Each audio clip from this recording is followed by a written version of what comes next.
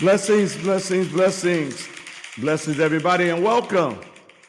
Welcome to Vested in Milwaukee, and I am here tonight. And first of all, let me say Happy New Year 2024, the year of open doors. And I'm excited about the show tonight.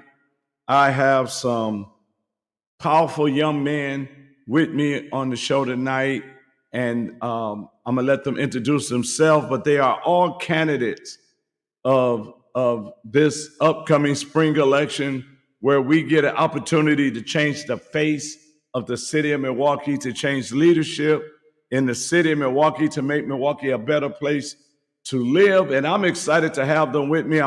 It's an honor to have them with me, and I'm blessed to have them with me. And they're going to introduce themselves. But first, let me bring the candidate for the 5th district, for the automatic district, on.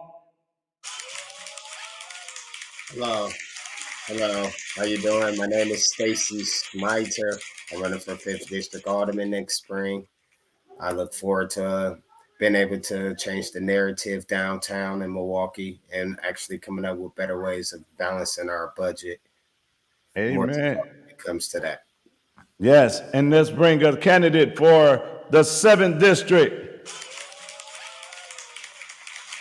Hey, good evening. Good evening, everyone. My name is Ken Hughes, and I'm candidate for alderman of the 7th district. And I'm running because I believe that politics is power that belongs to the people. Amen, amen. And so before we get started on our discussion, because we gentlemen can have some awesome discussions, and our vision is almost the same, and we want to see Milwaukee better. So what we're going to do right now is we're going to have Brother Stacy introduce himself to you guys, tell you a little bit about him, and tell you why he's running for the 5th automatic district. Hello, everyone. My name is Stacy Smiter. I'm running for Milwaukee Common Council 5th District Alderman seat this spring, 2024. The reason why I'm running is because I want to change the narrative downtown. I want to be able to have us have a better understanding that with leadership, you have to be responsible for the decisions that you're making. And let's just be quite frank and honest. Over the last decade or so, it has not been the best decisions being made. And that's the reason why our economy and the situation that we're in is in because of those situations. And I'm here to be able to grasp and get us a long-term solutions in place to solve these problems that we have, and instead of the short-term solutions that's being presented to us. This new sales tax is very, very vital to how things is coming along with the decisions that's being made. And the reason why I say that is because of the fact that, yes, although we're getting 180 plus million, we don't get to do what we want with the money. We're being told exactly what we're supposed to do with it, even though it's hurting our pockets in the end. It was a bad decision move, a bad business move, even though, yes, they say that it got us out of the fiscal cliff that we were on. But I want everyone to understand and remember that fiscal cliff was created by the decisions that were being made by the current regime. So I look to change that narrative so that way we can get a better balanced budget and come up with actual long-term solutions and actual real affordable housing, and not what's being delivered as affordable housing.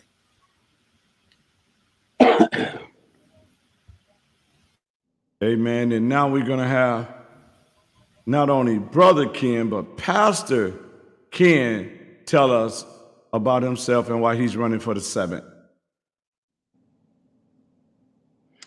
Hey, family. Again, my name is Pastor Ken Hughes in the full capacity. I'm running to bring some of those old-fashioned values back to the neighborhood. Uh, what I've seen over the years in this alderman position is that they have become many rock stars or many celebrities. I want to bring back that servitude and be a servant leader versus the people, speaking for the people that are just downtown, but I want to speak for the people that are also uptown. One of the main things in my campaign is uh, I'm not taking any outside dollars from business owners in the district. So when and if I become, I'm gonna say when I become the alderman of the 7th district, I can work for the people who sent me there with their votes and not with their pocketbooks, and that's why I'm running. All right. So let me start off by saying to you, gentlemen, congratulations for making the ballot. I know it wasn't easy going out and talking and trying to get people to come together and understand what's going on and why you want to run and why you want to be the next alderman. You know, I want to start us off like this, and then I want you guys to touch in this. For far too long, they kept us, when it came to politics and voting, they kept us ignorant.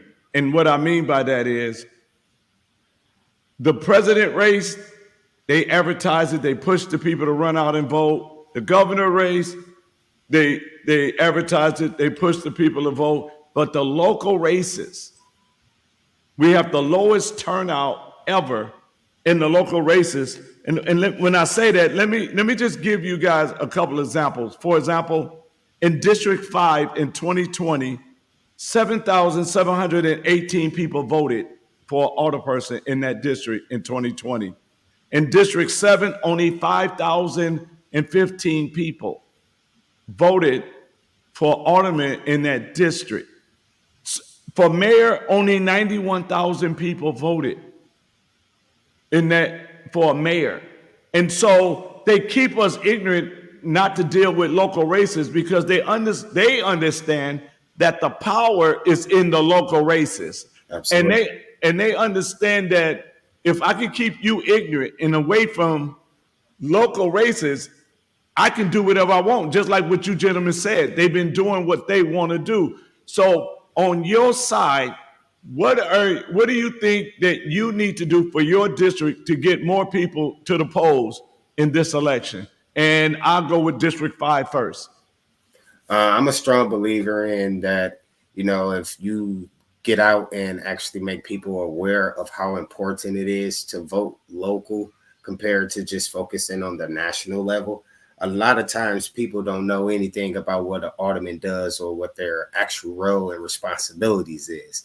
They just think that they're supposed to call in when they're having issues in the neighborhood or if they want some type of license or some permit because of that's what we've been accustomed to. That's what we have been brought up on, where you're only really dealing with them in regards to if you want a license or if you want a permit or you have some type of nuisance or you want to build a street light or something of that nature. But in all honesty, alderman's role or alderwoman role and responsibility is both administrative and legislative.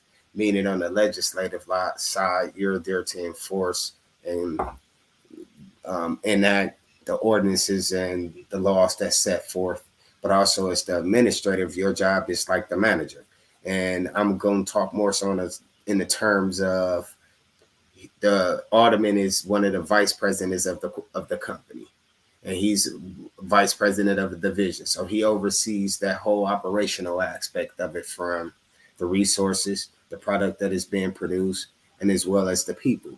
So the people and the constituents is us, and the resources are the businesses, the jobs available in that district, the schooling. For one, I am a real big on education, and one of my things that I'm running on is financial literacy. Now, Bill 109 has been put in play where high school seniors, high schoolers starting in 2028, the class of 2028, they have to start doing half a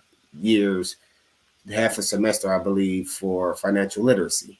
The reason why I find that's very vital and important to bring back into the communities is because it allows for people to get a little bit fundamentally ready for when they start the real world. We're trained to just go to school, get a good education, get out of college and go find a job. but the buffer in between is no proper training in regards to the literacy part, the understanding of finances, the understanding of that credit, that, hey, once you do get out of high school, you have to pay for college. The parents may not, everybody parents has this tuition of money set aside to get them in school.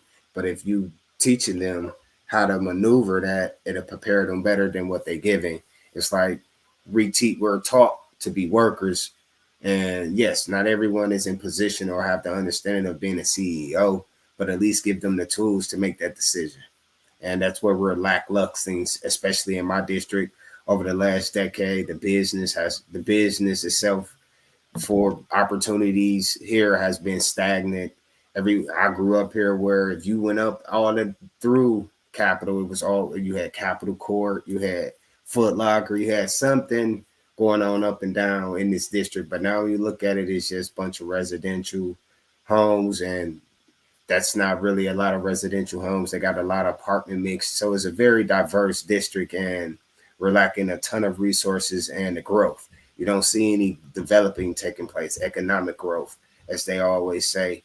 They seem to just run on what I call the trends. Whatever we're talking about at that time, that's what they're talking about. I care about littering just like everyone else does, but I don't think we need to be putting our focus on trying to fix littering issues when we can't even fix the resources to get better housing, bring the businesses back to the district. Real affordable housing, meaning we have 350 plus vacant properties. There's no reason why we should be building apartments and calling it affordable housing. We're building apartments in the suburbs. That's like they're creating projects again. That's what they started in Illinois. They built affordable housing developments. And that's what it looks like we're heading to. And we're calling it affordable housing, and it's really not affordable housing. If you really look at the numbers, you still will have restrictions on when you get into those properties. Affordable housing to me is home ownership. When you own in a land and you own in a piece of property. Not everybody want to be homeowners, but at least give them the opportunity and the resources instead of always just assuming we're going to jump to affordable apartments. And that's all I'm seeing is we're building apartments. The benefactors are the developers, the consultants, the contractors, not the residents, because it's on our dollar still. We're still paying for that. Right. Pastor Ken? Yes, sir. What was your question again? You said why? I mean, to educate your district to get more people out. I believe your people was at 7th district. 5,000 people voted in the last election.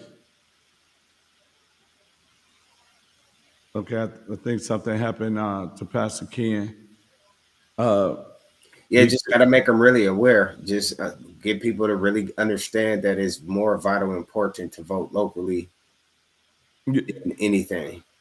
And I believe that, you know, when we start to address locally, by, like you said, one of the things we got to educate people and excuse me, and get them to understand that when you are a servant, there we go. He's back with us now. Okay. Can y'all hear me? Yes, go right ahead, sir. Yep. We can hear you. Go ahead. Go ahead, Ken. We hear you. Okay.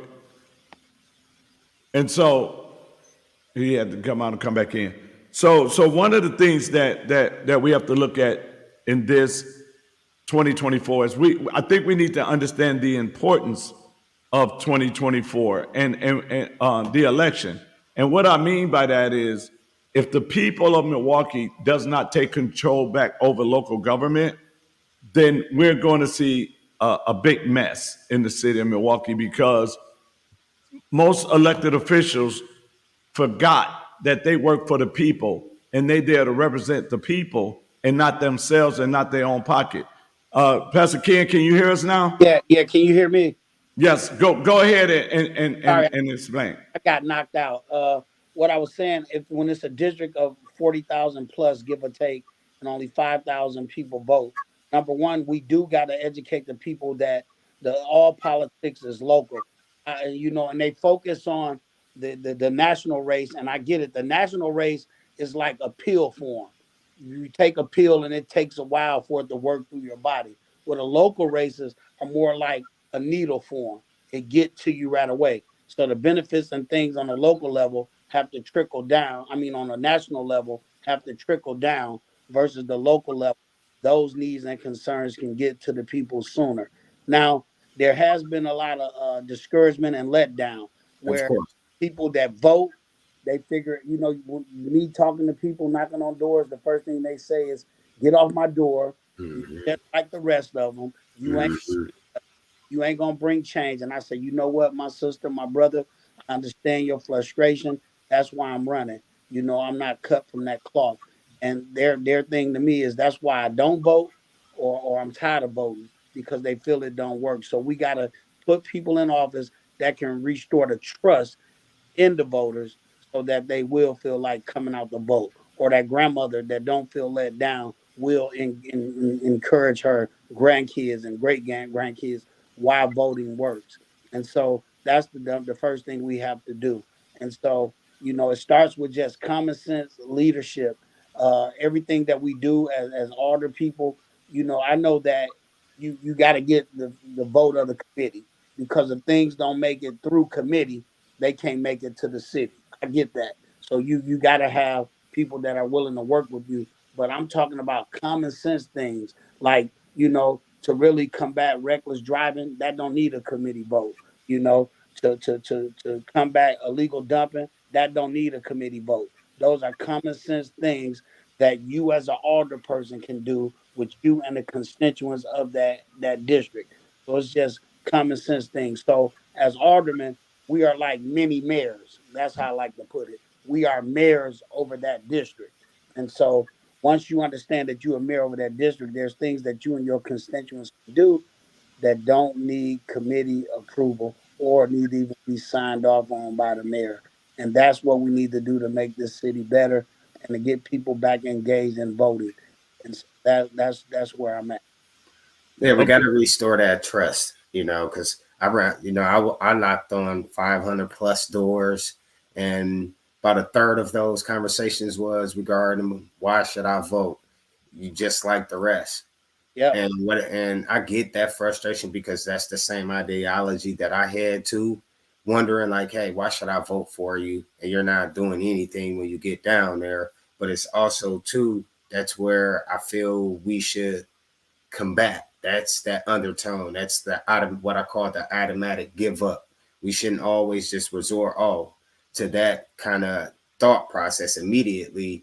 I'm a strong believer in showing through actions. Allow my actions to be my words. And where you show through your actions better than anything you say out your mouth. If I say I'm gonna get up and go get a drink of water, and I actually don't get up and go get that drink of water, I'm just saying it. But if I actually get up and go get that drink of water and come back, actually show through my actions that, hey, I wanted to go get a drink of water. Yes, sir. And it's the same thing when it comes to how we represent the people. I'm a strong believer in that when you're representing and you're an elected official, it's the word self isn't in your vocabulary. And once you start thinking self, then you're no longer that representative for that district. And or if you coming in with the same ideology, meaning that you're just riding the fences just to learn, you should already be prepared when you get in. You should already have a plan, you know Right. and I have an actual plan for the district, and I'm not relying on the citizens of the district to help me along the way. I just need Right. your input for when we're trying to execute. Let me share this because dealing with government for a long time, one of the biggest things that I see it is that the service on the south side, on certain areas of the south side, is way better than the service on the north side. Yeah, I know. And and it's not because uh, they're white and the north side they're black. The problem is this: the people, first of all, doesn't understand the different branches of government. That's number one. Okay, Number two, the people doesn't realize the power that they have. So on the south side, when they call that alderman comes. When they call that alderman get that job done. Why? Because he know he's working for those people. And if he want to keep his job, guess what he gonna do? He's gonna do whatever they tell him that they want done. So he's going down there to represent them. What is the biggest problem we hear on the north side? When they call an alderman, they don't answer. They don't answer the email. They don't call. But the aldermans understand you don't know that you their boss. That's right. And that's the biggest problem. See, Right. the alderman is there to be your voice.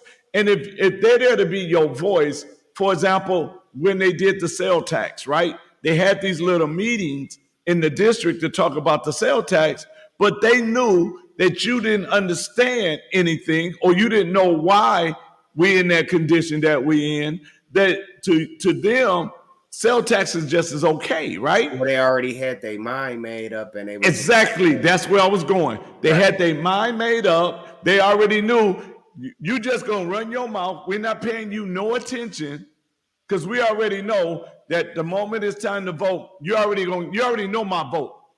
When I sat down with you in that meeting, my vote was already a yes before you even started running your mouth. So we wasted a lot of time. Yes, formalities. Yes, having it out of formality, be just to say, hey, we did have, because once the state gave them the authority, like, hey, you didn't need to put this on a referendum and hear the people vote.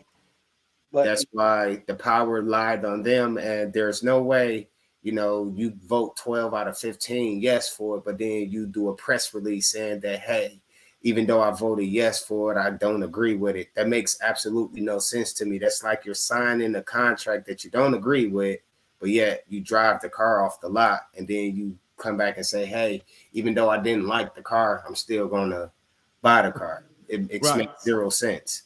But you said it. I'm sorry, Pastor Ken. Go ahead. I think that the sales tax and this, I am a business owner in the city, and to me, it's gonna hurt, not just because it's inflating the price of things.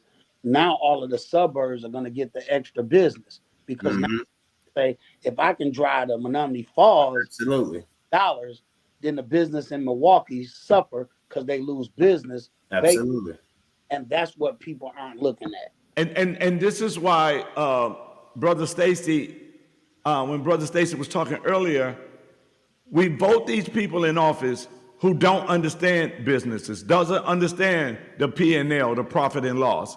So they make decisions because they're ignorant to the business world. They don't know the business world. So they vote for it, and then they tell you, I'm business friendly. How can you be a business friendly if you're voting against businesses? Right. And so when they never dealt with a real budget, if they never really dealt with a business, owning a business, starting a business, they don't understand what we understand, right? They don't understand the tax is going to go up. But those people that you're taxing, that 7.9, their finance didn't go up. So they're going to try to save money. And like you said, Pastor Ken, the suburbs, New Berlin and Menominee Falls and Germantown, and all of them are going to reap those benefits because of the fact that people are going to try to save money. And then he talked about affordable housing. If you look at the housing authority and the way those elderly folks living in those places, it lets you know that they're not concerned about the people, right? So we have to come with a different mindset. Brother Pastor King, I think too, not only are the constituents confused about their role as it applies to the aldermen, some of the aldermen and alderwomen are confused with their role for the people, because when they get downtown, they act as if they work for the mayor. You don't. You work for constituents. And so the difference with me and my race is that most and I can say this, I'm just going to be candid. Most of the people that are running are just looking for a job. You got to stop hiring people who are just looking for a job. Or we vote out of For familiarity. me, for That me, that's those are the ones looking for a job, because they just looking for a job. That means they gonna go along to get along. But Okay, now watch this, because all three of us done business. We all know business. Every last one of us, we understand business. What happened to a business when you just hire somebody because they just need a job? they're they not gonna last they long. put it in the ground.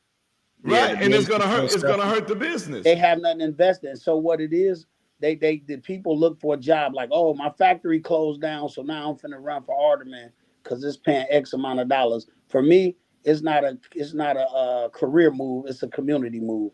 And we gotta stop sending people down there that's career minded and send people down there that's community minded.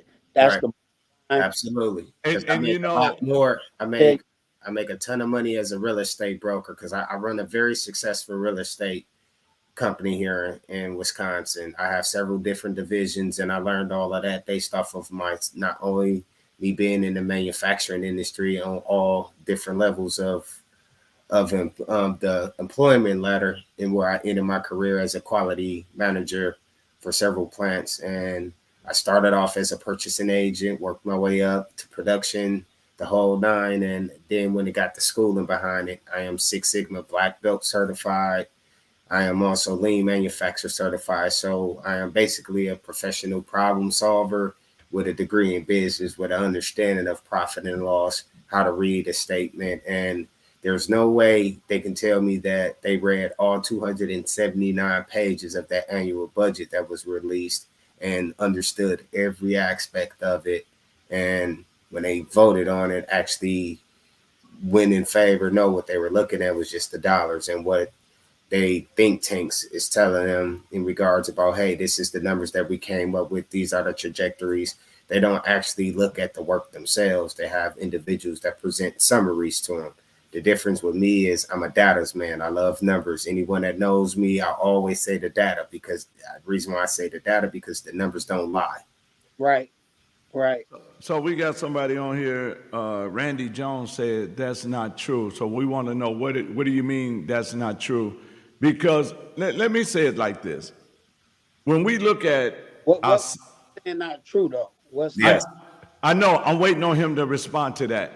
But like you said, Ken, when we talk about our city of Milwaukee, they always doing research. They always doing getting the data. They always doing uh, some kind of survey and everything like that to try to solve the problem. And for me, uh, I've been out here for, wow, 2.5, almost 3 decades, opening up jobs, opportunity for people, I walking remember? the streets at midnight, 3 o'clock in the morning, running a transitional home for millions and helping millions get off of drugs and alcohol. And when I look at them and they saying, well, this is not the problem. I mean, we need to do this, or we need to do this, or we need more money. And I'm sitting there like, no, you don't, because I did it without money. I did it. You know what I'm saying? I never went to the government and said, give me money, give me money. I did it without money. I transported 450 people a day to work, getting good paying jobs. So when they start talking about this stuff, no, you need more money so you can keep your job. You solve these problems, a lot of them won't have a job. They would have to go fill out applications. Let me see what he's talking about. Here it is. Everyone running is not looking for a job. Mr. Jones, are you running for an office that we don't know about? Running for the 7th district. He's running in the race I'm in. Oh, is he? Yes, yes. Brother Randy is running. All right. I don't think we should get as if you're looking, I don't want to say if you're looking at it as running for a job. I just feel that everyone who's running should be looking to be a voice of the people. That's what it should all be about. Now everyone has a different view as to what they consider as who's running and why they running. But the whole thing to me, and I'm hoping everyone that's actually running for any of the positions, whether it's controller, secretary, assistant, whatever you want to name it, that you're running to be the representative and be the voice of the people, and that we're looking to have a community change where Yeah, they yeah, respect us as the politicians. yes. And then let me just be clear, because I like to be clear. I didn't say everybody that's running is just running for a job, but if the shoe fit, wear it. If it's too tight, take it off. That's just the bottom. A lot of people are making career moves versus community moves. That's just it. And you know what? Let me say it like this, because you're absolutely right. If everybody in office right now was really running to better our city and better our community, wouldn't our city be better right now? Wouldn't our communities be better right now? Wouldn't Absolutely. I mean, if we just really look at it, nobody's making the hard decisions. Nobody's really talking about really black on black crime. Nobody really talking about stop aborting black babies. Nobody really talking about black education right now sucks in our school system. Nobody's talking about we need to strengthen the black families. No, and I'm talking about elected officials. But what do they use? They use the word equality. They use the word diversity. They use the word inclusion. They use all of these words, but it never, ever get back to our community. And then they tell us, vote for us because I got you. Vote for blacks because I got you. And every single time, this is why you gentlemen, when you knock on those doors, you hear ain't nothing gonna change, because they trusted these people to go to City Hall and make decisions that was gonna make them feel safer, right? Make sure that their neighborhood was better, making sure the resources get into their community and not just in downtown. They did this. Look at the ninth district. The ninth district asked them, do not vote for that detention center until we get an alder person, until we get a representative. Do not vote for that. What did they do? They voted for it anyway. So when we look at their actions, just like you say, you want to, if we're applying for these jobs, check out our resume. See what we've been doing in our communities. See how many times we helped out people in the community. See how many people we uplifted in our community. See how many people we helped transform in the community. See how many businesses we helped in the community. So if we're going to look at this thing, let's look at their record. Let's look at their resume. Let's see how long they've been in office and what have they brought to the community. And just because you give us a piece of crumb don't mean nothing. And you know crumbs only come when it's election time. Absolutely. To show, that way people can Man, have something to run on, because if you don't have anything to run on. yeah, yeah. Go ahead. I thought a question popped across the screen. No. He was just saying most people today are running for their jobs. I'm just saying Happy New Year's, fellas. Thanks, J Rod. And we just gotta see, this is where we have to just go in our community, sit down and have a real conversation. And that real conversation is we've been lied to. Both sides have been telling us what they're gonna do for us, and we get nothing. If we don't learn anything, we need to learn from Chicago. Look what happened in Chicago right now.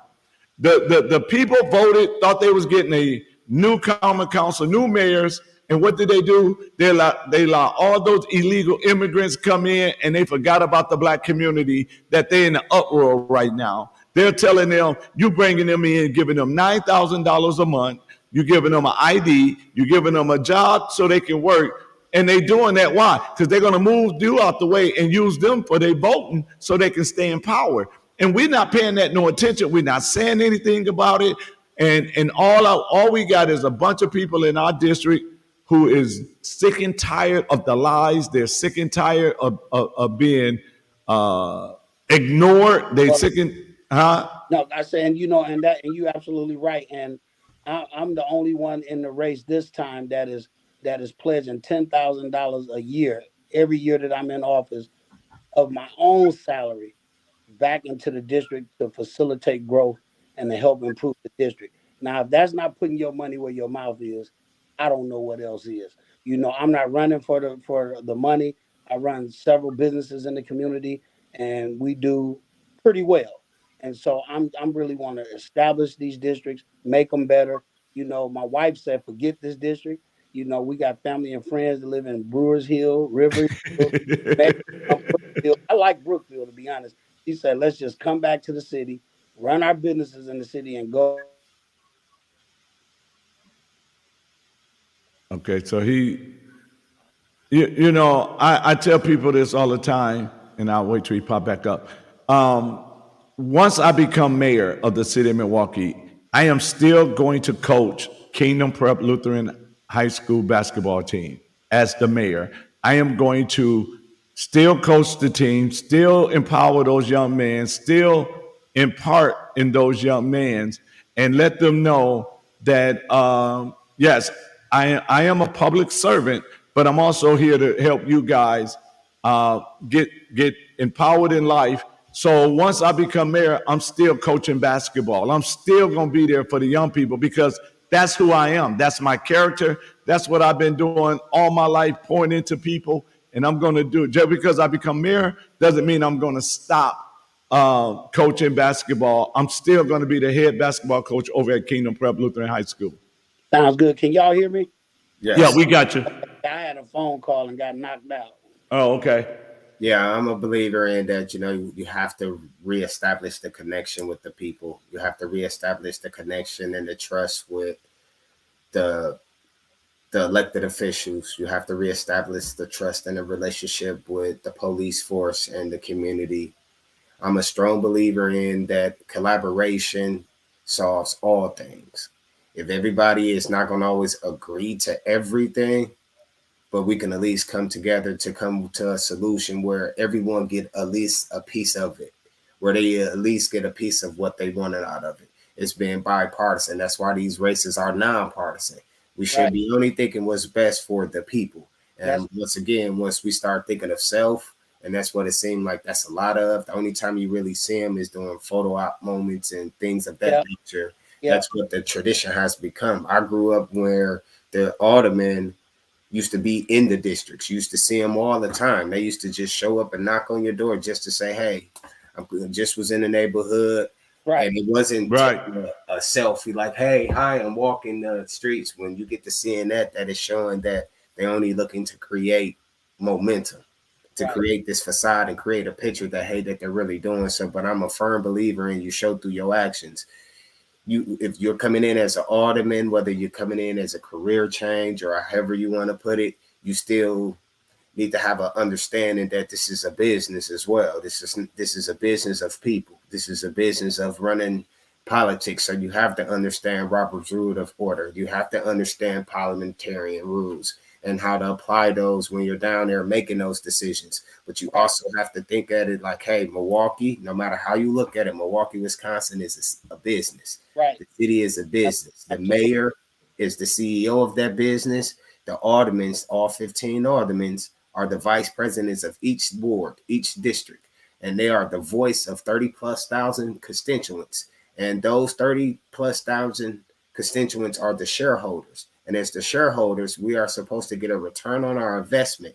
And let's be honest, in over a decade plus, we have not gotten our return on investment. Or tax without representation. Or should I say taxation without proper representation? Absolutely. Well, I always say it this way.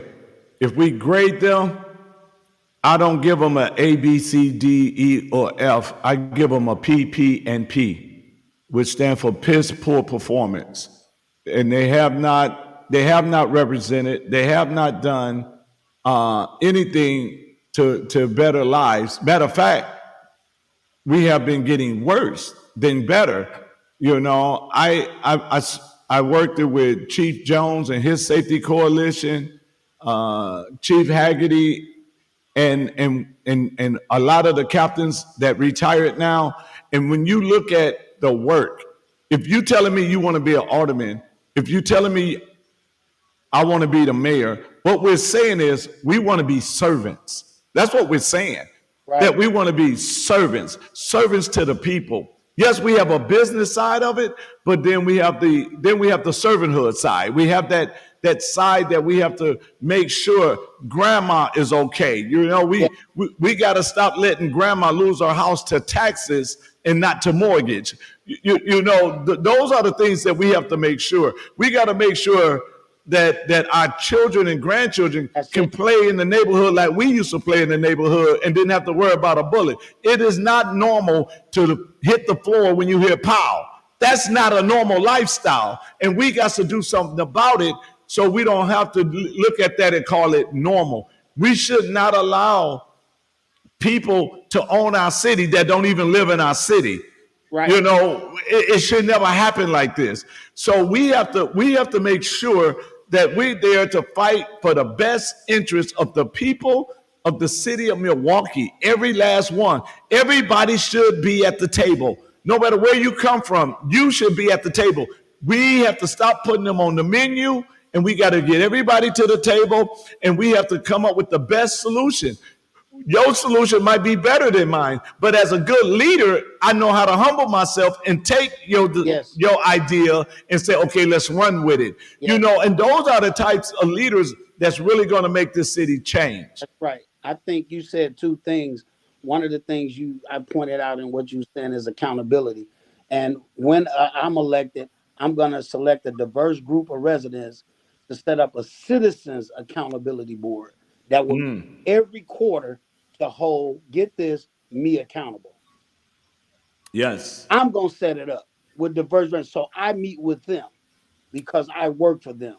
And that's part of my plan as well. I would not make any unilateral decisions without talking to the people in the district first. That's the first thing. You said something about grandma losing houses. I'm pledging out of that 10,000, 3,000 a year. Now that's not a lot. Will go for 6 elderly homeowners once a year. Amen. We will meet at a library in the district, and if you're elderly and you're a homeowner, you drop your tax bill in, and I'm gonna pull 6 names. 6 names will get a $500 cashier's check made payable to City Hall for their property tax. Now that's not a lot, but it's a help, because the only way to stabilize the community is to stabilize the homeowners in the community. That's right. I remember growing up, being a homeowner kept down so many fights. Why? Because I used to go with people on the block. Big Mama would say, boy, don't be down there fighting with them people, because we got to live here. So there, I had to humble myself and say, yeah, I can't be fighting with people. Also, the gun violence in this city is man, I lost so many friends and families, and I'm a survivor of gun violence myself. And so we gotta stop the gun violence. It's too much gun violence. And We gotta put people and boots on the ground that can stop this. I understand they have the office where they changed. It was the Office of Violence Prevention, and they changed the name to something else. But that one office alone cannot do it by itself. So if elected, my district will have people that I hire to be in the district to help, mediate conflict. And so one of the things, I'm sorry, one of the things that I want to do as mayor, I want to remove the lie. And that lie is separation between church and state. That's a lie. It's not in the Constitution. It's nowhere. So for me, we need the churches back in their community every day to be the pillar of the community. Because if you want to deal with domestic violence, you really want to deal with it, the churches know how to deal with domestic violence. You need to deal with drug overdoses and delivering people from drugs. Church know how to do that. You want to rebuild strong families, churches know how to do that. You see what I'm saying? If we partner with that's true. And so when like for me, the area I come out of, when I started my church on the corner of Richards and Concordia, right? So I knew how to deal with everybody. I respected everybody over there. I helped them with whatever they needed help with, and they knew if they can get to that corner, they can get the help they need. And when you got families, you got mothers who's working and they can't afford to lose their job, but they need help, church should be there to help them out, even if they can't afford child care, because they done made an extra dollar or extra 50 cents, so they took their child care. Church should be there to help them out. We got to come back to being a community again. That's right. And one of the things you're so on point, I would do is talk to churches in the district and see if I can get each church to just adopt a block in the district. And that don't mean being out there every day, but they can be out there. You absolutely right. And one of the things when they say separation between church and state, I always laugh, because when the statesman gets up, the first thing they do is say, "Let us pray." So it's still spiritual. And you know, man, and so I see that all the time. But yes, I got police officers that's members of our congregation, some homicide detectives, and they said that 90%. I said, "Are you sure?" They said 90% of their time are dealing with frivolous stuff like domestic violence, homeless people stealing, things like that. If the churches adopt the block, if the churches got involved, the community got involved, if you partner with community agencies like the Finley Foundation and things like that, that can deal with those crises, that will offset the police to have more time to go after real crime and real criminals.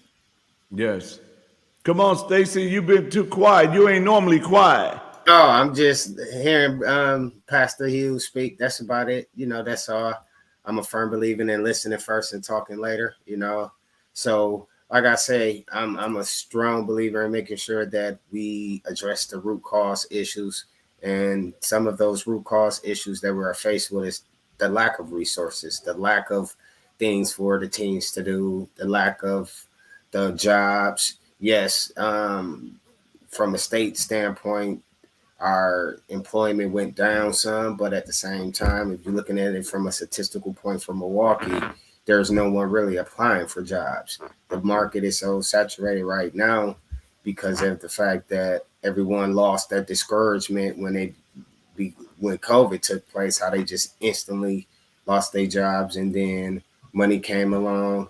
They still kind of catching up from that, and then to get hit with this 2% sales tax. I really want people to understand how dire that is, to go from a 5.5% sales tax to immediately jumping up 2 point some percent. 2.4. As if we're Illinois or if we're California. Pretty soon we're going to be looking at, they might start charging for bags, charging us a tax for that, like they're doing down in Illinois. But usually the consumer have to pass that cost on to someone. Of course. Stay up. In the Yes. when things go up, our prices have to Right. Absolutely. offset that. Yes, it got to. So when they made the announcement talking about the sales tax didn't apply to groceries, it actually does apply from the macro level. So when that distributor is reaching out to that supplier to compensate for that sales tax here in Milwaukee, Oh yeah, prices going up. go up. Guess what? When he's buying wholesale to compensate, to make up for that price increase always goes back to the consumer. So that $1.25 that you were originally paying, now you're paying $1.35. You're not really paying attention to it, but then you're looking at it like, hey, that sales tax is trickle down effect. So when they read off the list of items that's not taxable, they said the items to get the people, mostly us people of color, like, oh, they ain't taxing my groceries. Okay, cool. But in actuality, it is, because that wholesaler and that supplier, the price is being and it's trickling right back down to us as the consumer. And so we have to make sure that we're addressing that. And these are the people that's downtown that's making this decision. Have we actually been allowed to create a referendum in regards about this 2%?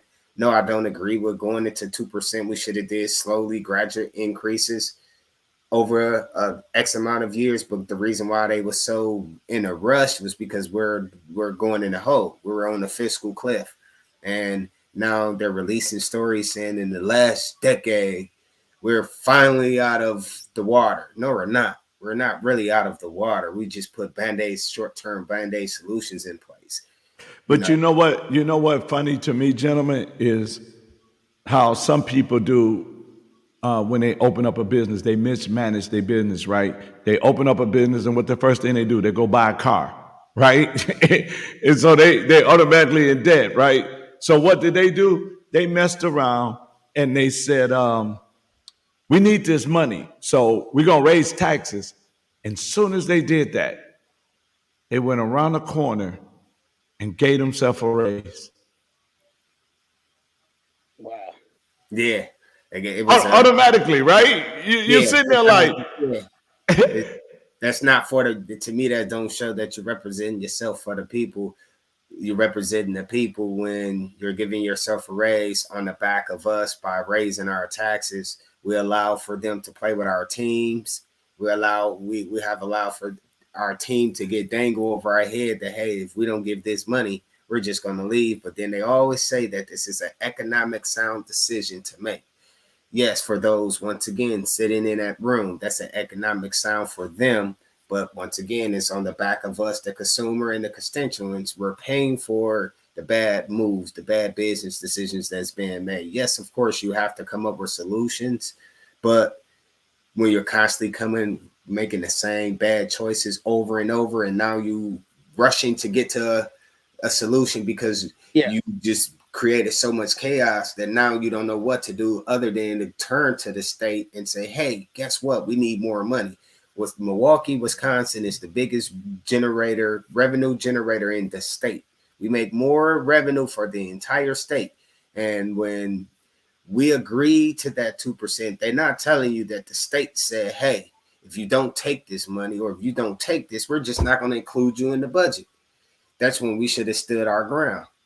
That's like me telling my biggest client or my biggest customer, hey, I'm raising my prices. If you don't like it, you can just go somewhere else. Guess what they're going to do? They're going to go elsewhere. Exactly. Yes, we have a charter, and yes, our charter allows us to move, but also because of the state law, it allows us to only do so much when it comes to generate revenue.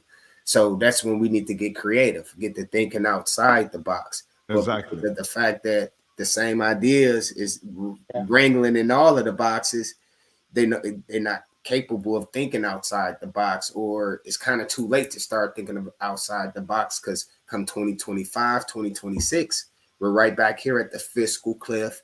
People worrying about their pensions. Now they're having them going from the city pension to the state pension as if that was a better idea, when actuality it wasn't. If you comparing apples to oranges, and if you look at what the city pension plan was offering and comparing it to the state, they are both good plans. Don't get me wrong, but it's like, hey, you're the dollar loss that you're taking when you're transitioning, you're losing money out on it. You're limited. And some of the ideas that they even coming up with is probably even taking out lump sums and all of that. So it's like, long-term solutions should have been really thought through prior to anybody voting on a 2% sales tax increase, share revenue. We already been getting crumbs when it comes to the share revenue, and we produce the most money, the most product, the most everything. And the funny part is this. If they would have put that referendum on the ballot, they knew nobody would have voted for it. Absolutely. They already knew that.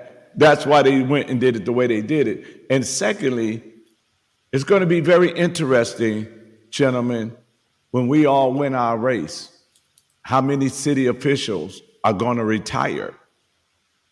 Those that's in those departments that's still on the city pension versus the ones that's getting ready to go to the state pension, right? So you're gonna see how interesting all of a sudden city officials, departments, leaders going to retire because they're gonna want their money. It was just like my father. He worked it for A.O. Smith, and when Tower took it over, he made sure he retired on A.O. Smith pension and not Tower pension. Why? Because Tower pension was not as good as A.O. Smith's pension. So people is going to get out of there as quick as they can. And when we look at the city as a whole, the reason a lot of people is not running for jobs, even though the jobs is out there, yes, some of them is trying to get back in the workforce, but a lot of them can't read or do math to get the jobs. So if they can't fill out the application, because they come to me to get a job, and if they can't fill out an application, how they gonna get the jobs? Because there's jobs right now that waiting on people, but they cannot fill. So we gotta fix that problem. We gotta make sure that we can get them in there so they can learn how to read an application, to fill out an application. We need to make sure that we go in and look at not only what they can't do, but we got to look at what they're good at right now. Our young people, we got some that's good at putting stereos together. They can wire anything, right? So let's find out, okay, you good here. How can we get you in this trade? What's lacking, right? What's lacking for Absolutely. you, so We we have, can help you get to that trade. We and got some that, huh?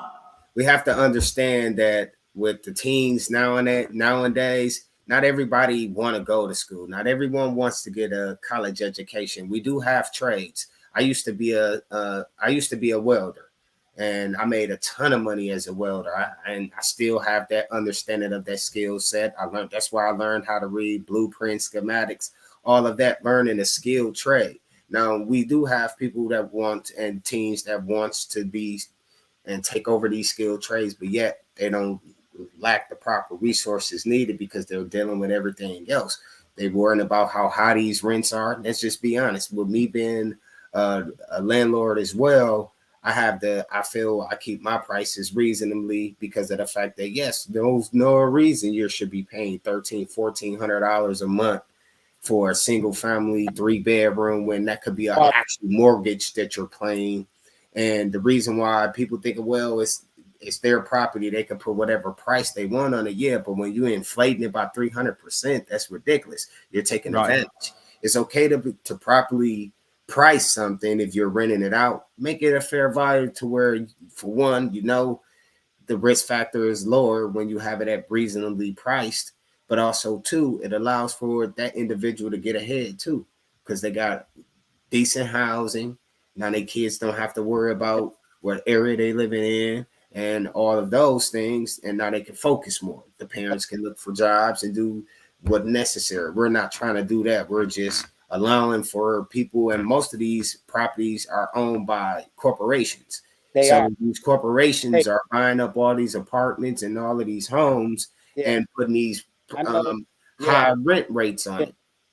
And then we're screaming there's nothing affordable. Hey, it's nothing wrong with, I believe in free enterprise, business enterprise, but when you're just overboard doing it, when you're just overly doing it and it's just blankly doing it, it's no longer acceptable. Now it's a level of ethics, it's a level of morals. And it's nothing wrong with putting caps on, having conversations about, hey, should we start having caps on where the rent is at, and I'm a strong believer in having those conversations because you're thinking outside the box. Is allowing for people to properly invest. And then, example, with the real estate, do you know that process how long of a process it takes just for you to purchase a city-owned property that's been sitting for years vacant? It's ridiculous. Listen, man, that's one of the things that must change. And those are the things we need to start fixing. Let's go in and start taking the smallest things. You know how people always create lists. They start with the things that you can get to right away, and then the things that takes the longest to do. Those are the ones that you put your most energy in. So I know for a fact that, hey, this is a simple fix with replacing the process of how they purchase in the city-owned properties. It allows for you to free up that time and that energy to create more real affordable housing instead of just create more vacant lots.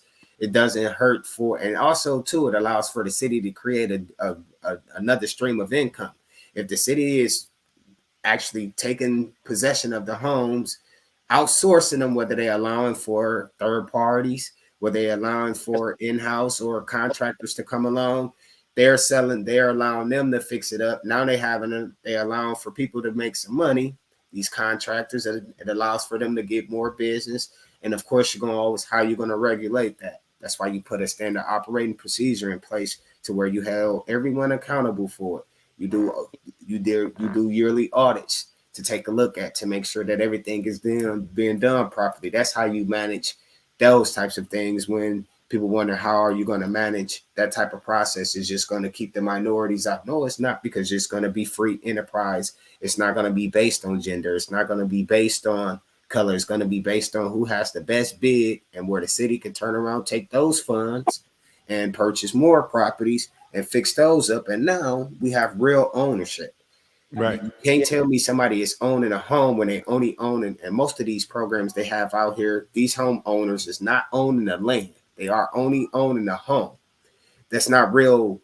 That is not real estate. That is not real long-term wealth. You only getting half of what you own it, because the land has equity and so does the house. So if you only own the house but not the land itself, you're not creating generational wealth. There's no way, because you're already slashing your wealth in half. And that's what we need to really start looking at, some of these programs that we're throwing all this money that we're getting to. And when you said audit every year, I believe that we need to do audits every 6 months to keep people straight. When I was managing in corporate America, we did 6 months audits. We wanted to make sure that everybody was lining up, everybody was doing what they supposed to be doing. Because in a year, then what'll happen is, if you wait a whole year, they're gonna be like, how you allow that to go on a whole year? How did you not know? For example, like the audit with the housing authority, right? How do you go that long, didn't know money is missing? How do you go that long and you had receipts sitting in the back hallway on stairs? How do you go that long running an operation and you don't know really what's going on? And then when it's time for that yearly thing, I think if we do every 6 months, we keep them straight, we keep them honest, we keep them understanding that we got to give an account. And and people say, well, it deals with a lot of time. Well, until we get the culture right, it has to be like that. We got to get the culture right. We got to get that culture of accountability right, because every election they use that word accountability. Every election they use that word transparency, right? But it never happens.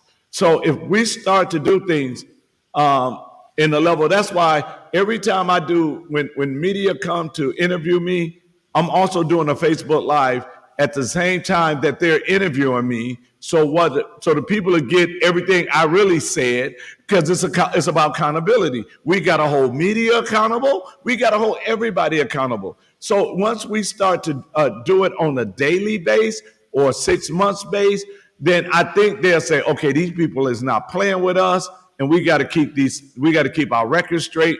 We got to give an account on the money they gave us. We got to give an account on success stories. I don't want to see numbers. I want to see success stories. Show me the success stories. Show me how we kept grandma in her house, right? Show me how we stopped that neighborhood by putting, like you said, we got vacant houses, by putting home ownership owners in there, and they taking ownership not just of the house but the neighborhood. Right. Yes. I think Those are the things that I want to see. I don't want to, because that's how I want them to look. Like you say, we start with the ones we can change real quick, and then the ones that's going to take a minute. But that way, when it is time for election time, they can say, "Yep, he did this." Yep, we don't have that right now. Not one alderman we can sit down and say, "Oh, yeah, you did this." They made a movie of what, 53206? What changed? Nothing. You see what I'm saying? Yeah. We have to have some changes for real. We got to have true changes, so those people will know that we there for them, that we making sure that the response time is there for them, just like it is for downtown. Yeah. I mean, we vote out of familiarity. And what I mean by that is that if we so used, it's like what they call that touch point. It's like the 3-touch method, meaning that if I see you so much constantly, after a while, I'm going to forget about all of the nonsense that you created, especially if you're hitting me at the right moment, at the right time, whether it's media, me being in the public, or me coming to some event. It's strategic, and when you make it strategic, it makes it seem like you're doing something. Let me tell you this, and then I want to touch on the housing thing, because you brought up a good point, brother. I was talking to a guy that deals with elections, right? And he said, I've been reading some of your stuff, Ken, and it's great. Guess what he said? He said, I've been watching elections for 40 years in this city. He said, and I didn't get it. He said, your stuff make too much sense. He said, vote on common sense. He said, they vote on emotion. He said, absolutely. So they vote on emotions.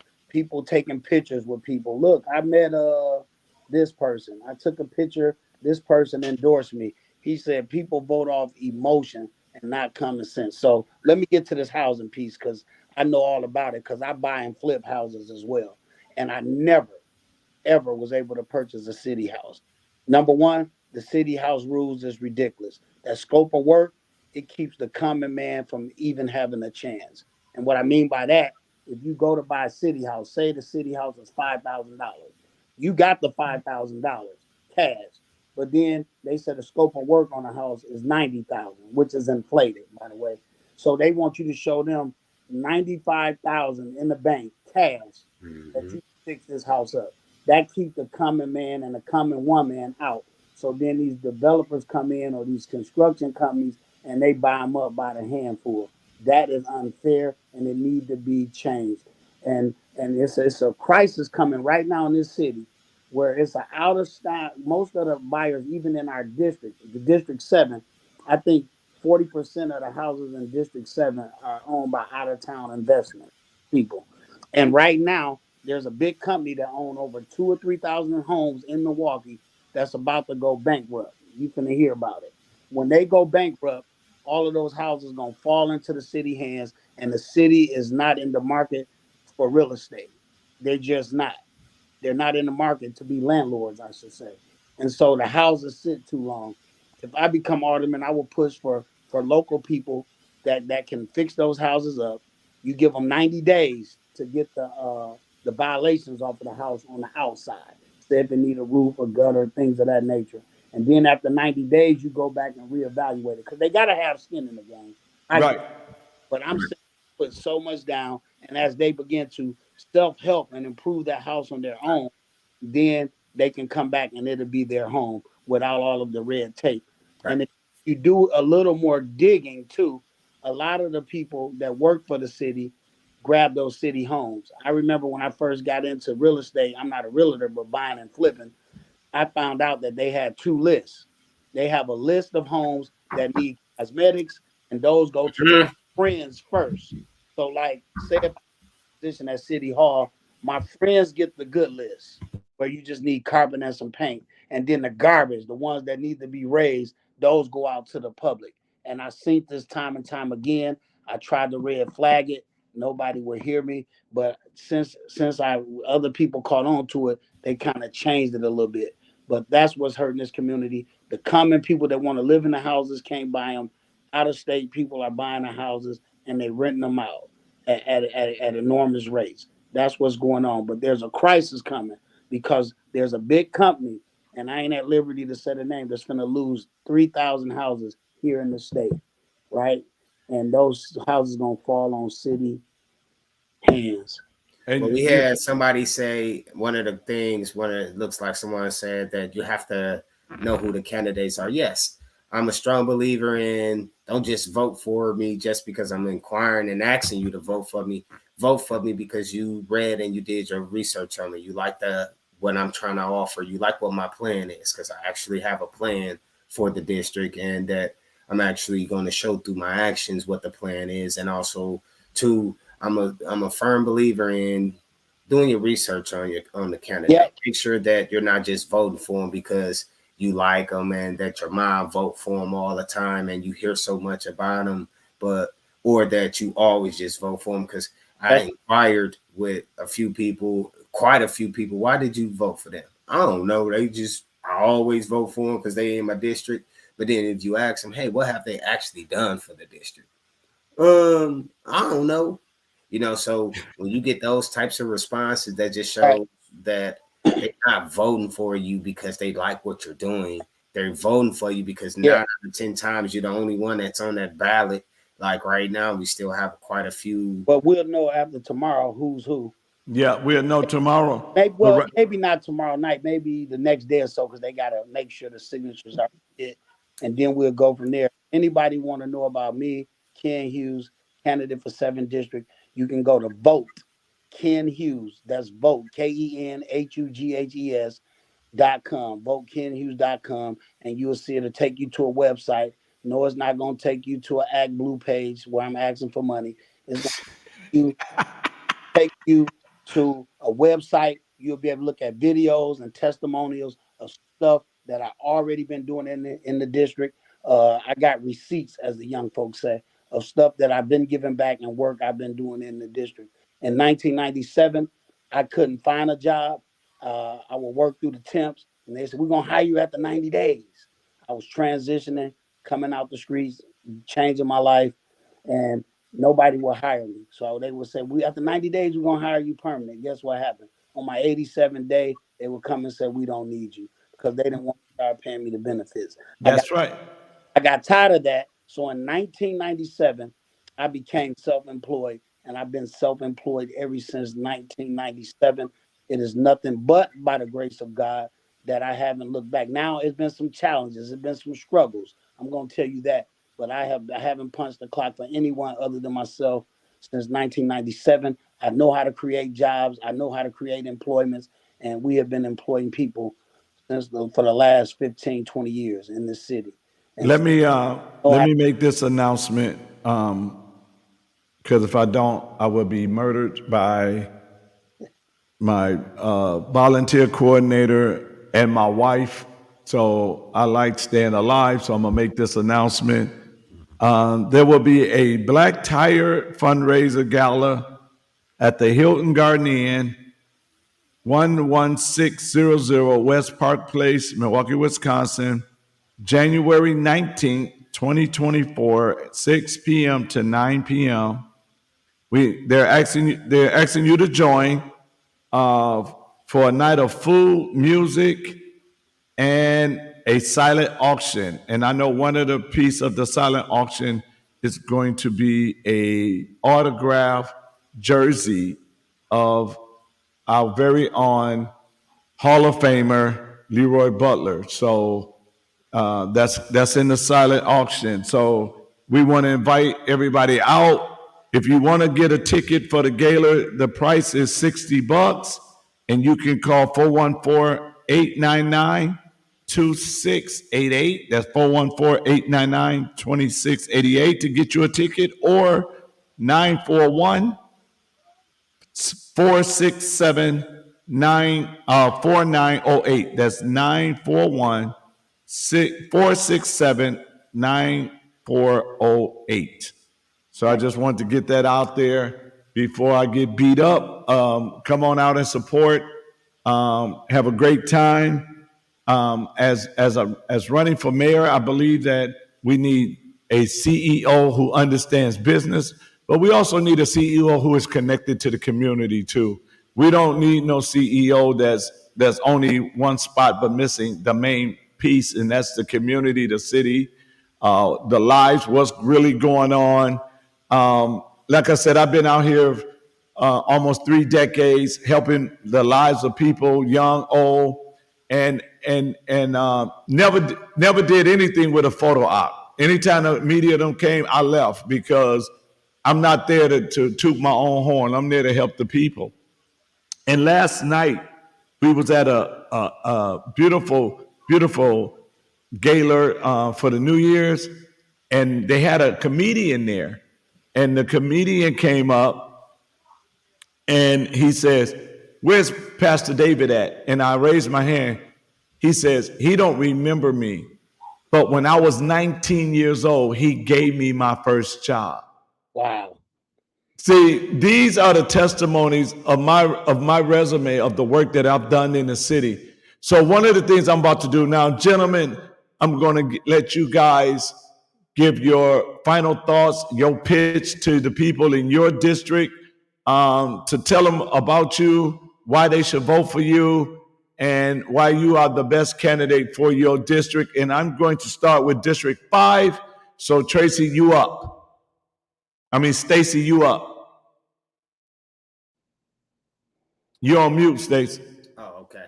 Once again, my name is Stacy Smiter. I'm running for 5th District Alderman here in Milwaukee. The reason why I feel that I should be selected, and you, with your vote, of course, as the next Alderman of the district, it is because I'm willing to be the voice, be that narrative that's changing down there and showing it through my actions. I actually have a plan for the district, but also have a plan as one of the representatives and one of the voters for downtown Milwaukee. I do not believe in having short-term solutions. I believe in actually coming up with long-term solutions, but also getting to the root causes of those issues. And the only way to do that is by involving yourself and being in the trenches. You cannot understand your district or properly run the district if you're not in the district itself. And there are 25 wards in my district, and part of my plan is being in the district, so that way that I can understand what the district need is, other than just what I did my research on. The only way you can really know is by knocking on those doors and being on those doors. I came from nothing. I was a foster child. I was a homeless child. You name it, I lived it. And I showed through my actions as to why I am where I'm at today. By pure faith and dedication, I'm going to do the same thing as your 5th District Alderman. All righty. Pastor Ken, Yes. 7th District, you up? Hey, Ken Hughes, candidate for 7th District in the beautiful city of Milwaukee. I hope to earn your vote because I'm the candidate in the race #1 that's putting my money where my mouth is. I'm giving back to the constituents to help the community. I'm not just running on shallow promises like, oh, I want to stop crime. I want to start trades. I want to do this. Not only do I tell you what I want to do, I have a descriptive plan of how I'm going to get it done. So vote for me. You can look up everything about me at Vote Ken Hughes, one word, votekenhughes.com, and you'll see everything about me. I'm a people's person. I love to roll my sleeves up and jump in. You'll see me in the district and not just when it's time to vote. Again, vote Ken Hughes.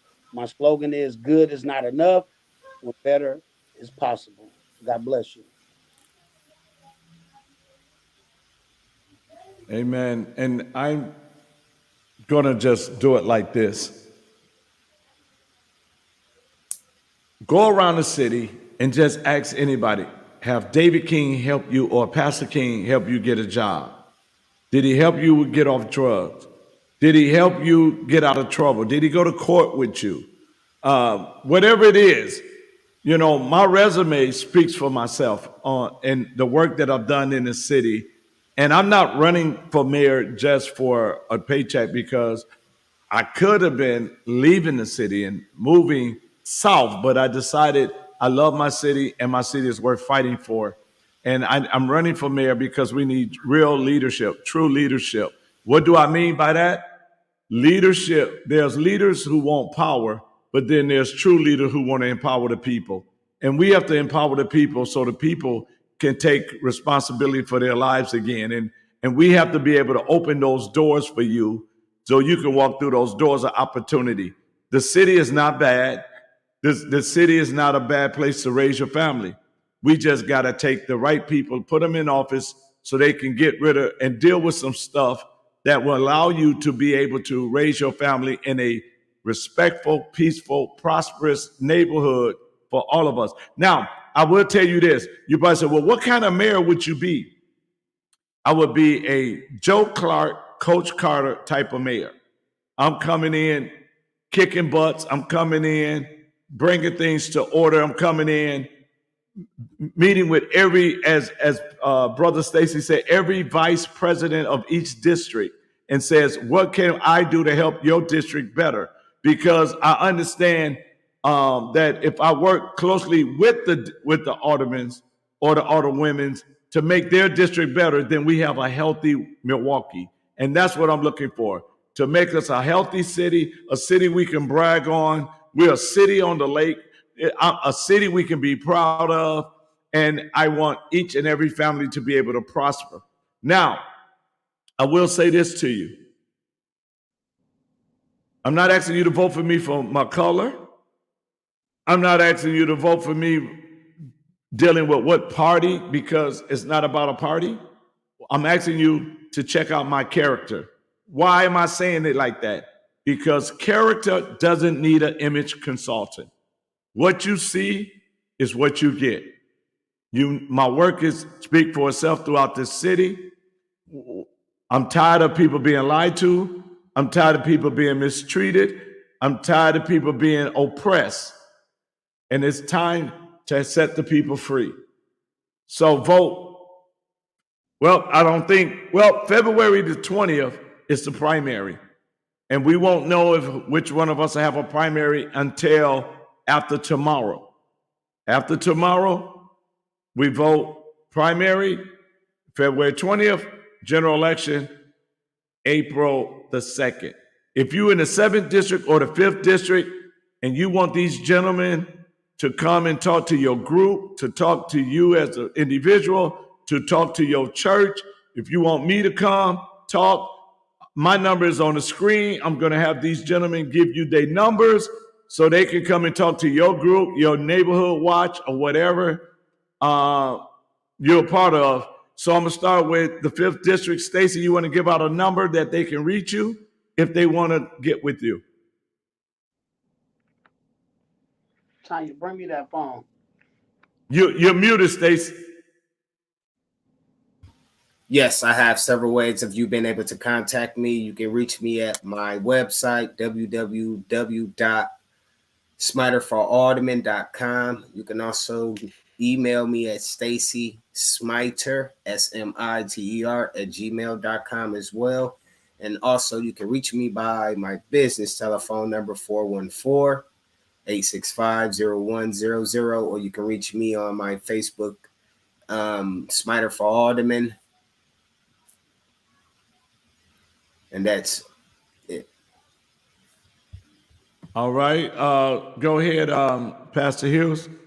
You can reach me on my campaign number at 414-379-7049. That's 414-379-7049. You also can reach me at votekenhughes.com. The number is also on the website, votekenhughes.com. And when you go to that website, you'll also find an email there at ken@votekenhughes.com. Amen. And I just want to say this: Vested in Milwaukee is a fair, how should I say, a fair show. We'll bring anybody on you want to talk. The candidates that's in the 7th District, if you want to challenge and debate with Ken, Vested in Milwaukee will host that debate, and we'll let people text in. Write in their questions, and both of them will be able to answer. Anybody in the 7th that want to challenge him to a debate, we can even do a debate on the show.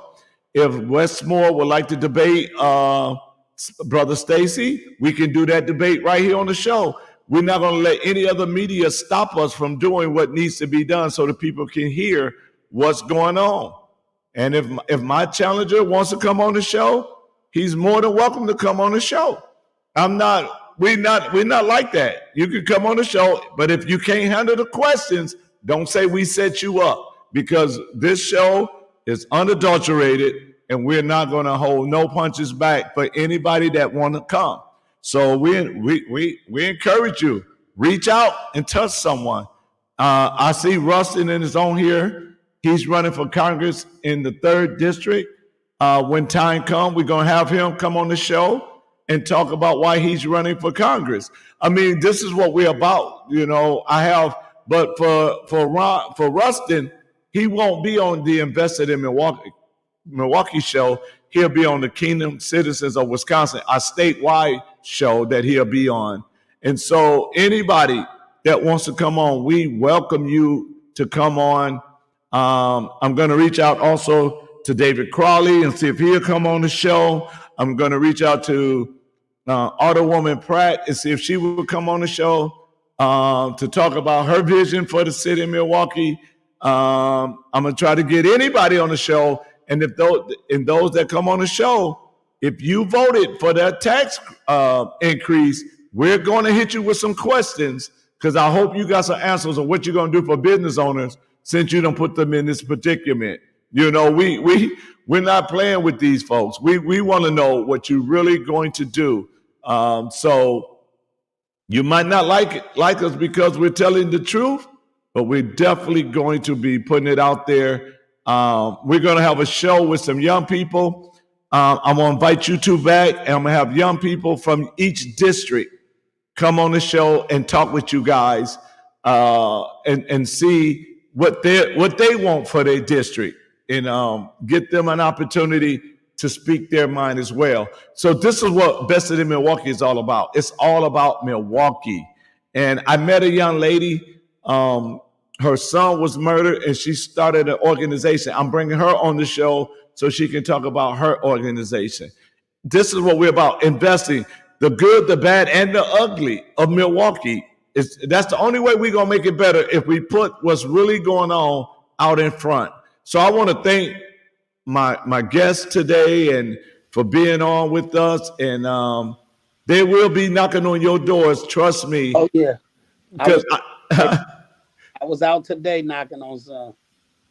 yeah, so they will be knocking on your doors. I will be knocking on your doors. We're serious about what we're here for. We're not here for ourselves, but we're here for you guys. And so we want to thank you guys for allowing us this hour and a half show to be with you guys. Share it with your family and your friends. Let them see this show. This show right now is live on Facebook, LinkedIn, YouTube, and Twitter, or X as they call it now. And you guys can go on, and then we're going to take the Audible and we're going to put it on iHeartRadio, Apple Radio, Spotify, Amazon Prime, Amazon Audible. So we're going to put it everywhere, all the platforms. We're serious about changing our city. We hope you are too. Join us together. We can make this city.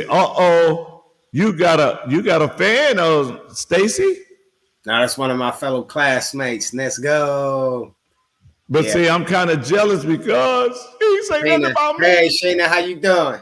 Sheena ain't saying nothing about me. I'm a little jealous now. Okay.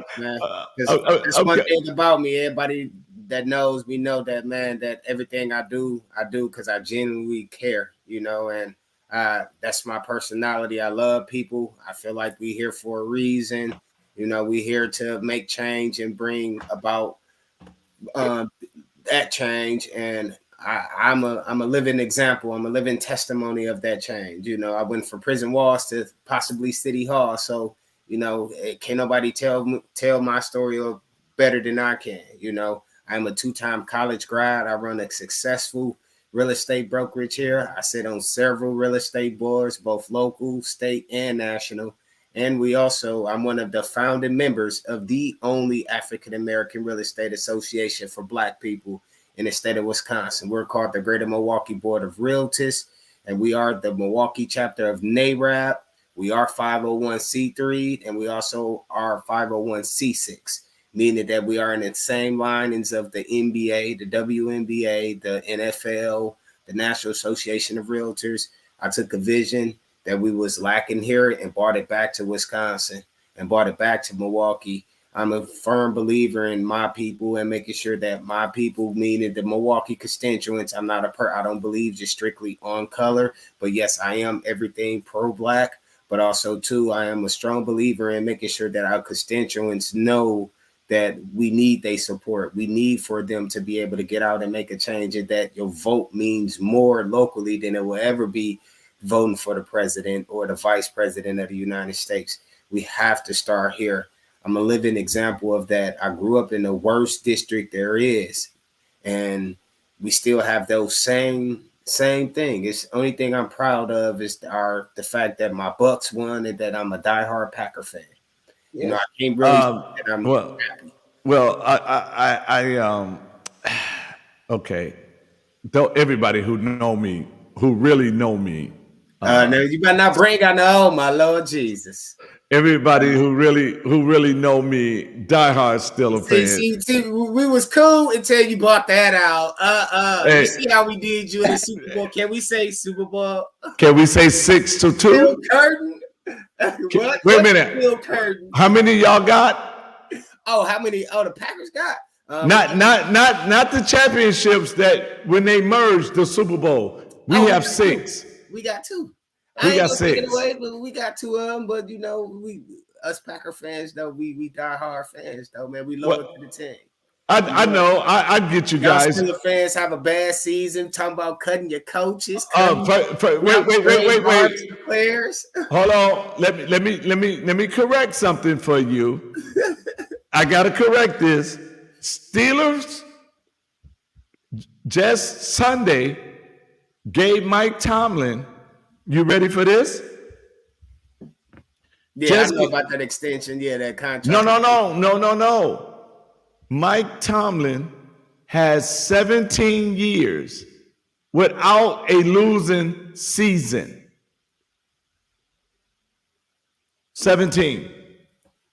I didn't see that. I ain't see that. I'm gonna have to look that up. Okay, I tell you what. You both look it up, They and barely then surviving the playoffs right now. you They need a lot of help right now. So do y'all. Oh no, we win and we in. If you win, baby. Yeah, if you win. And if we all had a fifth, we'll be if. Well, I tell you like this: Still a Nation is live and well in this city. Our coach ain't had a losing season yet. He won him a Super Bowl. Went to the Super. I think we lost him. Yeah, that was the Packer gods got tired. Let's see if he popped back in. Mm-hmm. Yeah. But no, Brother Ken, Pastor Ken, it was a pleasure finally meeting you. Like I say, I watch everything, and Yeah. I just want to change that. I'm a strong believer in there's nothing with changing of the guard. There's absolutely nothing wrong with allowing for fresh perspectives to come in. It's not to say, because I don't bash anyone, because people could bash me and say, hey, you used to get in trouble, things like that. So I do too. I don't talk down on any other opponents. I was on another radio show the other week and I spoke highly. I say everybody that's running are great people. I believe you don't have to down other people to make yourself look good. Absolutely. Sign of immaturity, and it's a sign of weakness. So yes, absolutely. I'm a firm believer in you can't, and then on top of they still your neighbor, they still so all still to be community leaders in this absolutely. And the best way to me of delivering a message is by getting the people involved and making them aware and just having a conversation. It's nothing wrong with asking questions when you have a question about something. That's right. It's never a wrong answer. It's never a wrong question. It's about the delivery of that question and the delivery of the answer. Yes, sir. Let me say this. You guys got to talking about the Packers and they kicked me out my own show. Yeah, I told you, look, it was the Packer gods. We wasn't trying to hit at about no Steelers. You in Packer territory, baby. Y'all go kick me out. At least you ain't a Bears fan. I'm just glad he didn't say he was a Bears fan. As long as he didn't say Bears, we good. Okay, but y'all kicked me out my own show. I get it. But no, Sheena is Stacy. Sheena is one of my daughters. I didn't know that. Yes, sir. Yes, sir. But as we close this out, I just want to say to the people, I say, listen. You have right now, and we ain't even brought everybody else, but you got 3 qualified leaders that are running for office. You got 3 right here, 3 qualified who know community, who've been in the community, who's a product of that community, who also understand business, who also is able to help.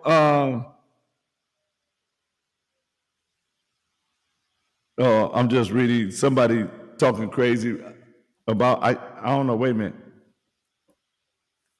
Oh, okay. Let's address this real quick, and then I'll finish what I'm saying. Let's see what he's saying. Come on, there you go. You have to read it. I can't see it. It says you can't count how many fishermen you have made, dear brother. Lest you go to the blood bank. If you have to, Pastor Ken, good brother. Milton Gee. Okay. What is Milton G? Yeah. Milton G. Good brother. I know him well. Okay. So let me finish saying this. Some of the things that we have to ask ourselves is this. The poorest area of our city are taxed the highest in everything. Gas at one gas station I see is at $4.42. Then you go to the poorest area of the city and it's 482, 472, It's always 460. 10 cent, 20 cent higher in the predominantly black poor neighborhoods, because of the 9 out of 10 times they know no one is going to really say anything about it. And, we're trying to explain to people to look into price gouging and how that is not, you're not legally able to price gouge, and it's illegal to price gouge. But because of the fact that a lot of people don't know business or understand or even know what price gouging is, that they come into our neighborhoods to do that. Because if you go into any of the suburban areas, you don't see any signs of talking about, hey, if you don't spend a $5 minimum, it's a 50-cent charge. I try to explain to people all the time too, per your merchant Visa MasterCard agreement, you cannot charge anyone a fee for a debit purchase, because guess what? That debit purchase goes straight from their bank account to you. A credit, you can only charge a fee for a credit because of that buffer. That buffer is the credit company who's giving you that loan amount. So you can charge a fee for that. But the reason why they do it in the black neighborhoods is because they know the black people ain't going to say anything or not going to care. They're just going to pay that little extra 50 cents. But if you add that 50 cents every time you go to the store, if you add it up weekly and you add it up to monthly, those are thousands of dollars that they're making and just throwing away from you. And if you let them know that, they tell you, I can do what I want. No, if you look at the fine print of your master's Visa MasterCard agreement, you cannot do that. You cannot charge anyone a debit card purchase, because it's not a buffer. It's going straight from your bank account to them. So if you want, you can contest your bank and say, hey, that dollar charge they did, but they know 9 out of 10 times most people are not going to do it. They're not going to challenge it because they're already probably either A, they don't care, 2, they don't understand that they can do that, 3, they like, hey, it's not like they're going to fix anything, because we developed that mindset. So we have to get out of the mindset that we have. We can just point fingers all day, but we have to get out of the different mindset. We have to start thinking different. And that starts with everyone. It starts from our leadership all the way down to the constituents. We have to hold accountability to our residents as well, because it's a group effort. We can't just hold leadership only accountable, but not hold those who's following accountable too, because we're laying the ground pieces and laying the foundation, but they have to be willing to follow that. They have to be willing to take ownership to it. And we only can hold leadership if leadership doesn't help get the information to the average Joe. Absolutely. Because we have to get that knowledge out there. Knowledge is information. We have to be willing to get it, because to be honest, it makes, once we all three get elected, it makes our job easier if we empower them, if we give them the knowledge, the resources to take care of their own family, to make decisions for their own family. It makes our job a lot easier. It's just like when we run in businesses, right? The person that's closest to you, you want them to know your job, right? Yeah. So that way, if you know my job, if I'm down, you can carry it on. But I also taught them, I used to, when I was in corporate America, this is how I used to teach them. Who's your Paul and who's your Timothy? You need a Paul. That's good. You gotta have a Paul that's helping you, but you also need to have a Timothy that you pouring into. Right. Absolutely. And this is how we strengthen our community. Who's your Paul? Who's your Timothy? That way we'll have a strong city. We'll have a better city, right? Because we're investing. When we at the basketball games or coaching the games, my coaching staff, they're amazing. I got amazing coaching staff. I have 3 young men, and then I have a mother. She's part of my coaching staff, and they all amazing, and we complement one another. And just because I'm the head coach, sometimes they pull my coattail and be like, Coach, you got to calm down. Won't you sit down and I'll stand up? Let's run these plays. Let's do this. I don't say I'm the head coach and it go my way. I understand with the quality people I have on my coaching staff, I know and I trust them enough to let them lead, just like they trust me to be the leader. You see what I'm saying? So we asking the people in the city, to trust us to lead, but then we want to trust you to be the lead in your block. Every block need a leader. And then once we come together, we'll have a better city. Yeah. Amen. Hey, brothers, I got to sign off real quick. Yeah, we all got it. We all about to go. So you want to say bye, and then we'll go like that. It's been a pleasure. Again, telephone, telegram, or tell a friend. Vote Ken Hughes for the 7th District. God bless you. Amen. You want to say something real quick? Well, I ain't had nothing sassy and fancy like that, but once again, my name's Stacy Smiter. I'm running for 5th District Alderman, looking to change the narrative, bring a fresh perspective downtown. I see you guys in the general election, hopefully. Amen. And again, Dr. David King, candidate for mayor, and I will be the next mayor of the city of Milwaukee. Ladies and gentlemen, you have tried the rest. Now it's time to try the best. So we want to say God bless you tonight, and we will be having everybody back on the show again. This was awesome. So I thank you guys for tuning in. We love you. Until next time, God bless.